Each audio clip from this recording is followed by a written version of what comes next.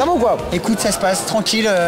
Je pense qu'il y avait une bonne ambiance, bien underground. Moi, je suis venu me friter. Je voulais me taper avec Booba, mais bon, apparemment, il a un peu. Bon, il a mouillé. Bon, il a mouillé son froc, on peut dire ça. Il est pas là. Hein. Non, parce que c'est un bon rappeur au final. Parce qu'il représente tout ce que j'ai toujours aimé. C'est-à-dire le rap underground, le mec qui retourne pas sa veste.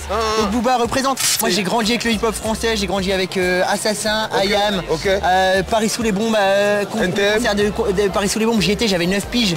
J'ai grandi avec le rap, ça m'a toujours inspiré. Et j'entendais, c'est des mecs comment dire, qui relataient ce que je vivais dans la rue, machin et tout. Et voilà pourquoi ça me touchait. Je me disais, on donne enfin la parole à ces mecs-là. Et ils le font bien, ils le font avec des belles paroles. Il y en a qui, c'est pas encore assez reconnu, il y en a qui croient que le rap, c'est pas des vrais textes, un vrai art. Et je pense que s'ils seraient venus ce soir, ils se seraient rendus compte que oui, c'est des mecs qui en ont dans la tête, qui écrivent super bien, qui ont des textes super ficelés et qui n'ont rien à envier à beaucoup de textes de variété française. Bien, Frollo. Vraiment. Cool. Voilà, à tout moment, ils peuvent se dire bonjour. C'est des interviews hip-hop. Tu vois, rien n'est réglé, à tout moment, ça peut partir en couille. Quand est-ce que tu crois que, enfin, d'après toi, quand est-ce qu'il y aura une émission hebdomadaire ou régulière sur les chaînes RTN comme France 2, France 3? Écoute, une émission sur le hip-hop sur France 2, malheureusement pour l'instant c'est chaud. Même si t'en parles à Ruquier et tout. Bah Ruquier, le dernier hip-hop qu'il a écouté, ça devait être Dynasty quoi. Donc ça va être un petit peu dur. Et encore il s'est trompé, il devait acheter un autre CD tu vois.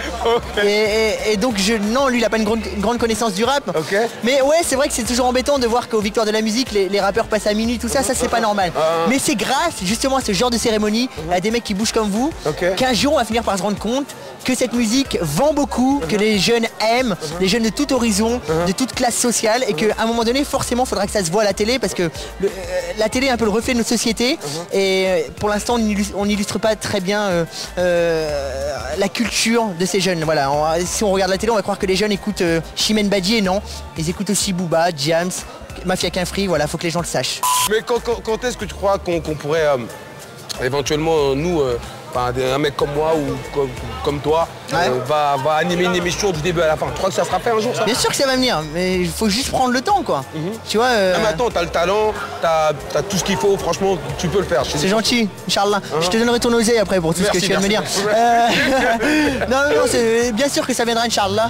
Là je trouve que ça commence à bouger de plus en plus par rapport à il y a 10 piges. C'est pas encore ça mais ça va le devenir. Faut prendre le temps et on finira par leur montrer qu'on sait pas que brûler des voitures, qu'on a beaucoup de talent, qu'on est capable de faire beaucoup de choses et pas que de dire wesh.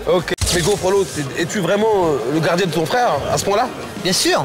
Écoute, moi j'ai grandi en banlieue tourangelle, parce que moi je viens de Tours et faut pas oublier que dans les provinces aussi il y a des banlieues où on galère pareil, c'est la même misère, c'est le même combat. Et moi forcément à un moment donné je me suis servi des médias pour dire ce que beaucoup de gens auraient eu envie de lui dire, et voilà, donc j'avais besoin de lui parler de ça. Mais moi ce qui me gêne le plus, j'ai pas trop envie de communiquer là-dessus, c'est pas mon truc, ce qui s'est passé, ce que j'avais envie de lui dire. Je lui ai dit, mais ce qui m'embête le plus dans cette histoire et dans le fait que Doc Gynéco me parle plus, c'est que j'ai plus de dealer maintenant. T'as de la chance, parce que t'as du matos sur Watt. J'avais vu que t'avais une tête de dealer depuis le début. C'est de la magouille tout ça, la caméra et tout, c'est au cas si tu te fais contrôler par les keufs. Bon, t'en veux pour combien? Non, je suis journaliste. Écoute, j'en veux pour 5 € si tu veux me faire un truc. Attends, go, tu sais quoi? Alors, on m'a dit pour 5 € t'avais 200 grammes. Non, ma spécialité en vérité, je vais te le dire. C'est ce qu'on fait. Nous, moi, comment je gagne ma vie dans les rues. Je vois des mecs, quand je tombe sur des gens qui veulent fumer. Bien sûr. Je leur dis bougez pas. T'as vu l'arbre là? J'arrive, je vais te chercher une petite branche. J'arrive. Sérieux? Et ouais, et moi tu sais c'est quoi mon rôle? C'est quand un mec il essaie de me faire ça, je lui crache à la gueule. Oh merde. Bah alors voilà, on a un rôle chacun, j'espère qu'on va réussir à se comprendre. Merci à vous, vraiment ça fait plaisir. Voilà, merci, ça fait plaisir. Bonne soirée.